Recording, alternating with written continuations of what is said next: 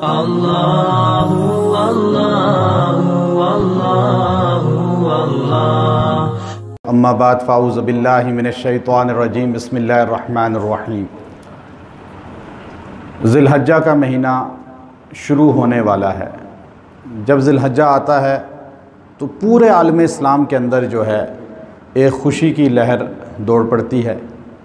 کچھ لوگ دیوانہ وار مکہ مکرمہ کی طرف رواں دواں ہوتے ہیں، کچھ لوگ ان کو الوداع کہنے والے ہوتے ہیں، دعاؤں کا کہنے والے ہوتے ہیں، اور کچھ قربانی کے لیے جانور خریدنے میں مشغول ہو جاتے ہیں اور عید کی تیاریوں میں منہمک ہو جاتے ہیں۔ یہ 10 ایام جو ہیں ذی الحجہ کے، یہ اللہ کے نزدیک بہت خاصیت کے حامل ہیں۔ حضور علیہ الصلوۃ والسلام نے فرمایا افضل من دنیا میں جتنے بھی دن ہیں ان سب میں یہ 10 یوم سب سے افضل ہیں۔ اب دیکھیے ہمارے یہ دن کیسے گزر جاتے ہیں۔ حضور علیہ الصلوۃ والسلام کا ان دنوں میں کیا معمول تھا، صحابہ اکرام کا ان دنوں میں کیا معمول تھا۔ آج ہم پریشانیوں کا شکار ہیں، تکالیف کا شکار ہیں، اور ہر لحاظ سے اپنا رونا روتے ہیں۔ کاروبار میں گھاٹا، صحت میں گھاٹا، ہر کام میں رکاوٹ۔ یہ 10 ایام اگر انسان قیمتی بنا لے تو پورا سال اللہ تبارک و تعالیٰ اس کو ہر چیز میں وسعت عطا فرما دیتے ہیں۔ اب 10 دن اپنے آپ کو پابند کر لیں۔ ان 10 دنوں میں اگر آپ نے عبادت میں اپنے آپ کو منہمک کر لیا تو آپ کو سب سے پہلا جو سعادت عطا ہوگی وہ یہ ہوگی کہ آپ حج پہ نہیں بھی گئے، لیکن اپنے آپ کو 10 دن آپ نے مصروف رکھا عبادت میں، اللہ تبارک و تعالیٰ آپ کو حج کی ثواب اور عبادت عطا فرمائیں گے، اور اللہ قبول بھی کر لیں گے۔ غریب آدمی ہے، بالکل تنگ دست ہے، غربت میں ہے، لیکن ان 10 دنوں کو ضائع نہیں کرتا۔ حاجیوں کے ساتھ نسبت کی وجہ سے اس میں عبادت میں منہمک رہتا ہے۔ اللہ کا کام ہے اس کو بلانا۔ پیسے کا ہونا شرط نہیں ہے کہ انسان حج پہ تب جائے گا پیسہ ہوگا، اللہ جس کو بلا لے۔ تو ایک تو یہ آپ کو سعادت ملے گی کہ 10 دن کی برکت کی وجہ سے آپ حج پہ قبول ہو جائیں گے۔ دوسرا، اللہ تبارک و تعالیٰ آپ کو صالحین کی صحبت عطا فرمائیں گے، معیت، چونکہ قرآن نے کہا کونوا مع الصادقین، اے ایمان والو سچوں کے ساتھ رہا کرو۔ تو دنیا میں بہترین سچے نبی ہیں یا صحابہ ہیں، تو جب 10 دن معیت اختیار کرتا ہے تو اللہ اس کو قیامت کے دن صحابہ کا قرب عطا فرمائیں گے۔ تیسرا، پورا سال اس پہ رزق کی تنگی نہیں ہوگی، کوئی آزمائش ذلت والی نہیں آئے گی، بیماری بڑی نہیں آئے گی۔ 10 دن، چونکہ حضور صلی اللہ علیہ وسلم نے فرمایا دنیا میں سب سے بہترین دن، حدیث صحیح ہے، آپ نے فرمایا دنیا کے بہترین دن جو 10 ہیں وہ یہ 10 ذی الحجہ ہے۔ ذی الحجہ کے 10 دنوں کی اللہ نے قرآن میں قسم کھائی ہے، والفجر ولیال عشر والشفع والوتر۔ اب دیکھیں اس کی طاق رات کی بھی قسم کھائی اور 10 راتوں کی بھی قسم کھائی۔ ان 10 راتوں میں عبادت کرنے والا لیلۃ القدر کا ثواب پا سکتا ہے۔ اسی طرح بابرکت ہیں یہ راتیں۔ ان راتوں میں رسول اللہ صلی اللہ علیہ وسلم عبادت میں مصروف رہتے تھے۔ آپ صلی اللہ علیہ وسلم کی عادت مبارکہ تھی کہ آپ ذی الحجہ کے 9 دن باقاعدگی سے روزہ رکھتے تھے، لگاتار روزہ رکھتے تھے، اور آپ صلی اللہ علیہ وسلم راتوں کو قیام کرتے تھے۔ آپ علیہ الصلوۃ والسلام کے صحابہ بھی اسی معمول پر رہے۔ ہم اگر اسی معمول کو اختیار کریں گے تو 10 راتوں کی 10 ایام کی عبادت کا اجر ہمارے نامہ اعمال میں لکھ دیا جائے گا۔ پھر ان راتوں میں، ان ایام میں سب سے بہترین عبادت کون سی ہے؟ ایک ہے کہ عبادت کرنا۔ آپ صلی اللہ علیہ وسلم نے فرمایا، عبادت کا حکم دیا، یا آپ علیہ السلام نے اس کی افادیت کو بیان کیا، چونکہ آپ علیہ السلام نے 9 دن لگاتار روزے رکھے ہیں۔ آپ علیہ السلام نے اس کے علاوہ عاشورہ کا روزہ رکھا ہے، پھر آپ علیہ السلام نے اس کے علاوہ ایام 20 کے روزے رکھے ہیں، یعنی 13، 14، 15 چاند کی آپ لگاتار روزہ رکھا کرتے تھے۔ کانا یصوم یوم الاثنین و یوم الخمیس، حدیث میں آتا ہے حضور علیہ السلام پیر کا اور جمعرات کا بھی روزہ رکھا کرتے تھے۔ اب یہ روزے وہ ہیں جو مستحب ہیں، نبی صلی اللہ علیہ وسلم کی احادیث سے جن کا ثبوت ملتا ہے، اور یہ سنت عمل ہے۔ پھر ان دنوں میں جب آپ پہ ذی الحجہ شروع ہوتی ہے، سب سے پہلے کوئی بھی اسلامی چاند نظر آئے مہینے کا تو آپ اس چاند کو دیکھ کر دعا کریں اللہ سے۔ عربی کی دعا نہیں آتی، آپ اردو میں دعا کر سکتے ہیں، اے اللہ اس چاند کو ہمارے لیے بابرکت بنا دے، اے اللہ ہمارے لیے سلامتی والا بنا دے، اے اللہ امن والا بنا دے۔ اب یہ دعا آپ اردو میں کر لیں چاند دیکھ کر۔ آپ نے ذی الحجہ کا چاند دیکھا، آپ یہ دعا کر لیں، اردو میں الفاظ ادا کر لیں کہ اے اللہ یہ چاند ہمارے لیے برکت بنا دے، سلامتی و امن والا بنا دے، خیر والا بنا دے۔ اللہ اس مہینے آپ کو شر سے بچا لے گا، اس مہینے آپ کو فتنے سے بچا لے گا۔ یہ پورا سال اپنا معمول رکھیں۔ پھر دوسری بات یہ ہے، ذی الحجہ کے مہینہ کے اندر تکبیرات، ایک عبادت ہے تکبیرات کا ادا کرنا۔ اب تکبیرات کی دو اقسام ہیں، اگر آپ اس کو دیکھیں، ایک مطلق ہے، مطلق تکبیرات ہیں، ایک مقید ہیں۔ مطلق یہ ہیں کہ صحابہ اکرام کا معمول یہی تھا کہ جب ذی الحج کا پہلی شروع ہوتی تھی تو صحابہ اکرام تکبیرات شروع کر دیتے تھے، اللہ اکبر، اللہ اکبر، لا الہ الا اللہ، اللہ اکبر، اللہ اکبر وللہ الحمد۔ تکبیر آپ کو آتی ہے ساروں کو؟ آپ ایک بار پڑھ لیں سارے، اکبر، اللہ اکبر۔ اب یہ دیکھیں، یہ تکبیر، اب یہ اتنی خاصیت کی حامل ہے، جو انسان ان 13 دنوں میں تکبیرات کا اہتمام کرے گا ذی الحج میں، اللہ اس کو ایمان کی موت دے گا، کلمے کی موت دے گا، توحید والوں میں اٹھائے گا قیامت کے دن۔ ترجمے کو بھی سمجھ کے آپ کریں، جب آپ اس کو بیان کریں، جب پڑھیں اس کو، اللہ اکبر، اللہ سب سے بڑا ہے، نہ کوئی بادشاہ، نہ کوئی وزیر، نہ کوئی ایم این اے، نہ کوئی ایم پی اے، نہ کوئی چیئرمین، نہ کوئی تھانے دار، نہ کوئی جج، نہ کوئی مالدار، یہ سارے بڑے نہیں ہیں، بڑا کون ہے؟ اب یہ نہیں خالی اللہ اکبر کہا اور ادھر سے مالداروں کے پیچھے پھر رہا ہے، ادھر سے ان کے سجدے دے رہا ہے، اور ادھر سے ان لوگوں کو بڑا سمجھ رہا ہے، دنیا کو بڑا سمجھ رہا ہے۔ نہیں، پھر اس نے اللہ کو بڑا نہیں سمجھا۔ اللہ اکبر کو جی ساروں سے بڑا اللہ ہے، پھر دوبارہ ضرب لگائیں اللہ اکبر، پھر اس کے بعد کہیں لا الہ الا اللہ، کوئی نہیں ہے اس کے علاوہ الہ، حاجت روا، مشکل کشا، دستگیر، داتا۔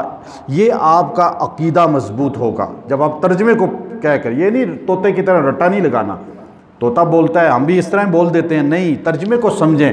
الہ کے 33 مطلب ہیں۔ الہ کے کتنے مطلب ہیں؟ الہ کا خالی یہ مطلب نہیں ہے کہ معبود مطلب نہیں ہے عبادت کے لائق، بلکہ الہ، لا الہ الا انت سبحانک، وہاں الہ کا مطلب ہے مشکل کشا۔ جب مچھلی کے پیٹ میں پیغمبر نے کہا لا الہ الا انت تو کیا مطلب تھا؟ میرا مشکل کشا کون ہے؟ تو مشکل کشا، حاجت روا، یہ سوچ رکھیں، پھر کہیں لا الہ الا اللہ، پھر کہیں اللہ اکبر، اللہ اکبر وللہ الحمد۔ تعریفیں ساری کس کی ہیں؟ ہم کیوں کسی مخلوق کی تعریف کریں اور اس کو خوش کرنے کے لیے اس کی ٹیسیاں کریں؟ ہم اللہ کو راضی کریں، اللہ کے سامنے اللہ کو خوش کرنے کے لیے اس کی تعریفیں کریں۔ یہ ہمارا مقصود ہے، مقصد ہے۔ اب یہ جملے کی اب تشریح سن لے ذرا۔ ایک اس تکبیرات ہیں مطلق، ایک ہیں مقید۔ مطلق یہ ہیں کہ حدیث میں آتا ہے عبداللہ بن عمر، ابو ہریرہ رضی اللہ عنہم، یہ دونوں صحابی یکم ذی الحج میں بازاروں میں نکلنا شروع ہوتے تھے۔ کچھ خریدنا نہیں ہوتا تھا، کوئی مارکیٹ میں ان کے کام نہیں ہوتے تھے، بلکہ صرف مارکیٹ سے گزرتے ہوئے زور زور سے کہتے تھے اللہ اکبر، اللہ اکبر۔ اب یہ تکبیر کہنا شروع کرتے تھے، اور دکاندار اور گاہک، چلنے پھرنے والے، بیٹھنے والے، سارے ان صحابہ کی زبان سے تکبیرات تشریق سن کر تکبیر کہنی شروع کر دیتے تھے، گویا کہ یقین مضبوط کرتے تھے صحابہ۔ اب یہ دیکھیں، یہ مطلق ہے کہ آپ پورا 13 دن ذی الحج میں یہ جملے کہیں، آپ رستے میں چلتے ہوئے تکبیر کہیں، خالی نماز کے بعد آپ معمول نہ بنائیں۔ وہ مقید ہے، یہ مطلق ہے کہ آپ دفتر جا رہے ہیں گاڑی چلاتے ہوئے، موٹر سائیکل پہ بیٹھے اللہ اکبر اللہ اکبر، ذی الحج شروع ہوتے ہی شروع ہو جائیں۔ عورتیں آٹا گوندھ رہی ہیں، روٹی بنا رہی ہیں، سالن بنا رہی ہیں، جھاڑو پھیر رہی ہیں، گھر میں بیٹھی ہوئی ہیں، کچھ بھی کر رہی ہیں، مرد کچھ بھی کر رہا ہے، کہیں بھی جا رہا ہے، اس جگہ جہاں دعا عبادت سے منع کیا گیا ہے، واش روم وغیرہ، اس کے علاوہ ہر جگہ آپ کا وظیفہ صرف 13 دن اور کوئی نہیں ہونا چاہیے، ایک وظیفہ ہونا چاہیے، وہ کیا ہے؟ اللہ اکبر اللہ اکبر۔ یہ وظیفہ صحابہ کی زبان پہ رہتا تھا، جدھر جاتے تھے یہی جملہ کہتے تھے، یہ آپ کی زبان پہ جاری رہتا تھا۔ اس لیے آپ نے اگر 13 دن ذی الحج میں یہ تکبیرات جاری رکھی، آپ کا ایمان پر خاتمہ ہوگا، انشاءاللہ پورا سال آپ کو اللہ بھولے گا نہیں، اور اللہ کی ذات کا تعارف نہیں بھولے گا، توحید رہے گی آپ کے دل میں۔ اب یہ اپنا وظیفہ بنا لیں، کتنا آسان کام ہے۔ حضرت سلمان فارسی رضی اللہ تعالیٰ عنہ روایت کرتے ہیں کہ 2 بار میں نے آپ کو اللہ اکبر اللہ اکبر کہا، اور سلمان فارسی فرماتے ہیں کہ 3 بار اللہ اکبر کہو، 3 بار شروع میں، باقی وہی ہے اسی طرح۔ پھر ایک روایت میں عبداللہ بن عباس رضی اللہ تعالیٰ عنہ فرماتے ہیں کہ آپ یوں بھی کہہ سکتے ہیں اللہ اکبر اللہ اکبر اللہ اکبر کبیرہ، یہ جملہ بھی چلتے چلتے یہ بھی تکبیر میں ہے، یہ اس طرح بھی آپ کہہ سکتے ہیں، یہ بھی حدیث کا طریقہ اور حصہ ہے۔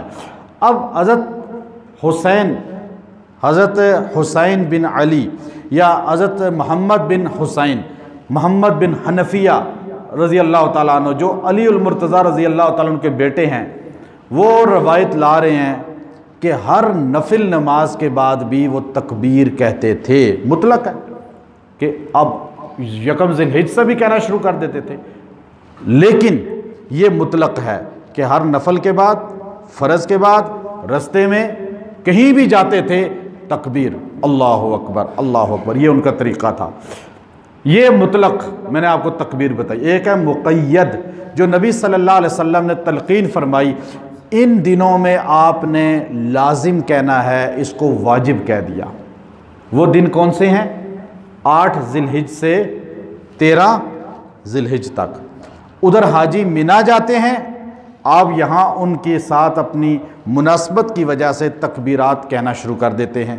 اب یہ تکبیرات آپ نے 8 ذی الحج سے فجر کی نماز سے شروع کرنی ہے، اور عصر کی نماز تک 13ویں کو آپ نے ختم کرنی ہے۔ لیکن اس کے علاوہ آپ چلتے پھرتے ان تکبیرات کو کہیں، خواتین بھی کہیں گی، مرد بھی کہیں گے۔ 1 بار کہنا لازم ہے، 3 بار کہنا مستحب ہے، پھر اونچی آواز سے مردوں کا کہنا لازم ہے اور عورتوں کا کہنا لازم نہیں۔ عورتیں آہستہ کہیں، مرد اونچی آواز سے کہیں۔ کسی کی نماز قضا ہو گئی، قضا نماز کی بھی جب وہ ادائیگی کرے گا، جو اس کی تکبیرات رہ چکی ہیں، وہ فرض نماز قضا کے بعد وہ الفاظ کہے گا۔ یہ ذی الحج کے 10 دنوں کا ایک وہ ہے جو تکبیرات کا عمل ہے۔ پھر ایک 9 ذی الحج کا روزہ ہے، 9 ذی الحج کا روزہ۔ حضور علیہ السلام نے 9 ذی الحج کو کائنات کا بہترین دن کہا۔ یہ وہ دن ہے جس دن شیطان اپنے آپ کو خود پیٹتا ہے۔ ہمیں حضور نے منع فرمایا، لیس منا من ضرب الخدود وشق الجیوب ودعا بدعوى الجاہلیہ۔ آپ نے فرمایا میرے ساتھ اس کا تعلق ہی نہیں، میرا وہ امتی ہی نہیں جو اپنے رخسار پیٹے، گریبان چاک کرے، یعنی ماتم کرے، وویلا کرے، چونکہ یہ عمل شیطانی ہے۔ حدیث میں آتا ہے شیطان عرفات کے میدان میں جب بنی آدم اس طرح کھڑے ہوتے ہیں اور لاکھوں کی تعداد میں وہ منظر ہوتا ہے، اور سارے ایک لباس میں ہوتے ہیں اور کفن کے لباس میں، اور ننگے پیر ایک قسم کے ہوتے ہیں، ننگے سر ہوتے ہیں، پراگندہ جسم کے ساتھ ہوتے ہیں، گرد پڑی ہوتی ہے، اور وہ سب سے مشقت کا دن ہے عرفات کا دن۔ حج جس نے کیا اس کو پتہ ہے کہ انسان یہ 3-4 دن جو انسان کو رگڑا لگتا ہے، پیدل چل چل چل چل کے، دھکے کھانا، پیاس سے برا حال، گرمی سے برا حال، پھر انسان کی میں ختم ہوتی ہے، تکبر ختم ہوتا ہے، انسان کی اکڑ ختم ہو جاتی ہے، وہاں کپڑے انسان کے صاف نہیں رہ سکتے، چاہے وہ احرام اتارنے کے بعد وہ شیطان کو کنکریاں مارنے کیوں نہ آئے، لیکن انسان مشقت اس وقت عرفات کے میدان میں شیطان اپنے آپ کو وویلا کرتا ہے، چونکہ اللہ کا اعلان ہوتا ہے عرفات کے میدان میں جتنے لوگ ہیں اللہ نے ان سب کی مغفرت کر دی، اور ایسے ہیں جیسے آج ماں کے رحم سے پیدا ہوئے۔ اب جو لوگ ان سے مناسبت رکھتے ہیں، روزہ رکھتے ہیں عرفات کے دن، اور روزہ رکھنے کے بعد عبادت میں مصروف رہتے ہیں، اسی طرح رونے دھونے میں، عبادت میں، یہاں پر بیٹھ کر بھی ایک تو اللہ اس نسبت کی وجہ سے اگر پیسہ نہیں ہے، زندگی میں حج کر ہی نہیں سکا، لیکن روتا رہا یا اللہ، 9 تاریخ کو روتا رہا یا اللہ مجھے تو بلا لے، مجھے بلا لے، مجھے ان حاجیوں میں شامل کر لے۔ اب پیسہ نہیں ہے، اس نے زندگی بھر حج ہی نہیں کیا، قیامت کے دن اللہ اس 9ویں کی روزے کی برکت سے حاجیوں میں اس کو اٹھائے گا۔ یہ اللہ کا امر ہے، فیصلہ ہے اللہ کا۔ اب 9 ذی الحجہ کا روزہ رکھیں۔ اب بعض لوگ کہتے ہیں جی سعودیہ میں ایک دن پہلے اور ہمارے ہاں تو ایک دن بعد ہوتا ہے 9 ذی الحجہ، تو ہم حضور نے فرمایا کہ تم روزہ رکھو رؤیت پر، افطار کرو رؤیت پر، چاند دیکھو روزہ رکھو، چاند دیکھو افطار کرو۔ ہمیں پابند کیا، اب ہمیں کسی کو نہیں دیکھنا، ملک کو، ہم نے چاند کو دیکھنا ہے۔ ہمارا 9 ذی الحجہ جو ہے ہم اسی دن جو ہے روزہ رکھیں گے۔ ہاں اس سے ایک دن پہلے رکھ لیں اگر اس کے آپ کو شک ہے کہ جی ان کے ساتھ میں نسبت ہو جائے تو اس دن بھی روزہ رکھیں، 2 روزے آپ کے ہو جائیں گے۔ لیکن جس دن جہاں چاند نظر آیا جس ملک کا، اس حساب سے ذی الحجہ کی تاریخ ہوگی، چاہے 9 ہے چاہے 8 ہے۔